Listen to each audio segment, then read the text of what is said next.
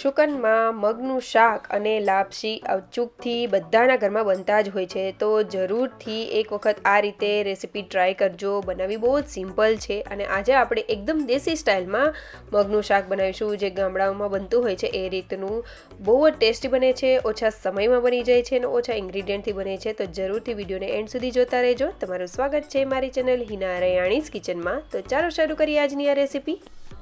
તો સૌથી પહેલાં આપણે લોયામાં તેલ ગરમ કરવા માટે મૂકી દઈશું અને તેલ સરસ એવું ગરમ થઈ જાય એટલે આપણે તેમાં રાઈને એડ કરીશું. ઘણા લોકો રાઈ અને જીરું બંને એડ કરતા હોય છે, તો જે રીતે તમે એડ કરતા હોય એ રીતે કરી શકો છો. મેં અત્યારે માત્ર રાઈ જ લીધેલી છે. રાઈને સરસ એવી ફૂટવા દઈશું અને આ શાકમાં તેલનું પ્રમાણ થોડું વધારે રાખવાનું હોય છે, તો ઇનકેસ જો જરૂર પડે તો પાછળથી પણ એડ કરી શકાય. હવે રાઈ સરસ ફૂટી જાય, હિંગ પણ સરસ એવી થઈ જાય એટલે આપણે મીઠા લીમડાના પાનને એડ કરી દઈશું. ત્યારબાદ બારીક કાપેલા ટમેટાને એડ કરી દઈશું. તો મેં અહીંયા નાની સાઇઝના 2 ટમેટા લીધા હતા. તો આ રીતે એકદમ બારીક એવા કરી લેશું અને બધી વસ્તુને સરસ રીતે સૌથી પહેલાં મિક્સ કરી દેશું અને એકદમ સરસ એવું ચડવા માટે રાખી દેશું. હવે ત્યારબાદ તેમાં આપણે સ્વાદ પ્રમાણે મીઠું એડ કરી દેશું. ઇનકેસ અહીંયા તમારે જો આદુ મરચાંની પેસ્ટ એડ કરવી હોય તો જ્યારે લીમડો એડ કરેલો છે ત્યારે તમે એડ કરી શકો છો. ટેસ્ટ બહુ સારો એવો આવશે. હવે આપણે ટમેટાને ગળવા માટે રાખી દઈશું. થોડી વાર થશે એટલે સરસ એવા ગળી જશે. ત્યાં સુધીમાં સ્વાદ પ્રમાણે મીઠું નાખીને એડ કરી દઈશું અને બધી વસ્તુને મિક્સ કરી લેશું. અને થોડા એવા જે કોથમરીના પાન અને જે નીચે ડાળખાનો ભાગ હોય છે તે બારીક કાપેલો મેં એડ કરેલો છે. તો અત્યારે જે ટમેટાની સાથે તે ચડશે એટલે સરસ એવી ફ્લેવર આવી જશે તેમાં. હવે થોડા એવા ટમેટા ગળી જાય એટલે આપણે બધા મસાલા એડ કરી દઈશું. લાલ મરચું પાવડર, ધાણા જીરા પાવડર, હળદર પાવડર એડ કરી દઈશું. અહીંયા આપણે લસણવાળી ચટણીનો ઉપયોગ કરવાનો છે, એટલે લાલ મરચું પાવડર જો તમારે કાશ્મીરી લાલ મરચું પાવડર એડ કરવું હોય તો એ પણ કરી શકો છો, અથવા તો તીખું તમારા ટેસ્ટ પ્રમાણે એડ કરી શકો છો. તો મેં પાછળથી લસણવાળી ચટણી પણ એડ કરેલી છે અને બધી વસ્તુને મિક્સ કરી દેશું. તમે જોઈ શકો છો ટમેટા સરસ એવા ગળવા લાગ્યા છે અને એકદમ સરસ એવી જે આપણી પેસ્ટ હોય એ રીતનું તૈયાર થવા લાગ્યું છે.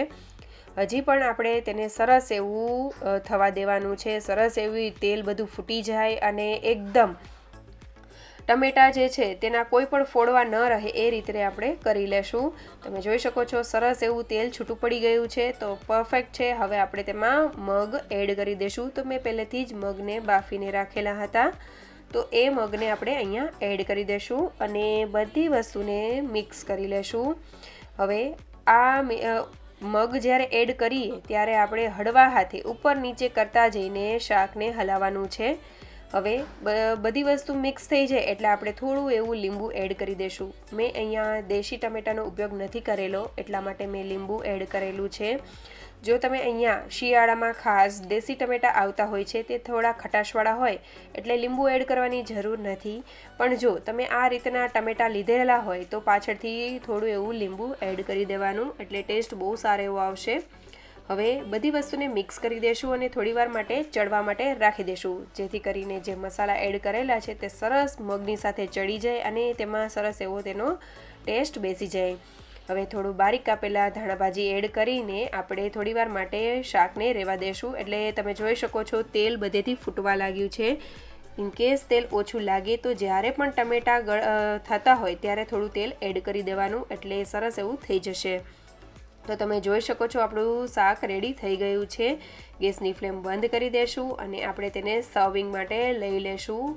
તો ક્યારે પણ તમે આ રીતનું શાક ન બનાવ્યું હોય તો જરૂરથી બનાવજો. બહુ જ ટેસ્ટી એવું બને છે. ખાસ લસણની ચટણી એડ કરજો, બહુ ટેસ્ટ સારો એવો આવે છે. અને મેં અહીંયા મગના શાક સાથે જે રોટલો, બાજરાનો રોટલો, શિયાળો છે એટલે તેમાં ડુંગળી અને લસણ સ્ટફ કરીને બનાવેલો છે, તેની સાથે સર્વ કરેલું છે. અને સાથે છે દહીં, જેમાં શેકેલું જીરું અને ચાટ મસાલા સાથે કરેલું છે સર્વ. બહુ સરસ એવું, બહુ ટેસ્ટી એવું આ જે મેનુ છે એ લાગે છે. જરૂરથી તમે એક વખત ટ્રાય કરજો. જો તમને થોડી એવી ગળાશ ભાવતી હોય તો તમે લીંબુની સાથે થોડી એવી ખાંડ કે ગોળ એડ કરી શકો છો, ગોળનો પાવડર. ટેસ્ટ બહુ સારો એવો આવશે. પણ જો તમે ગળ્યું ન ખાતા હોય તો થોડું એવું લીંબુ જ ખાલી એડ કરજો, ટેસ્ટ ગજબનો લાગશે.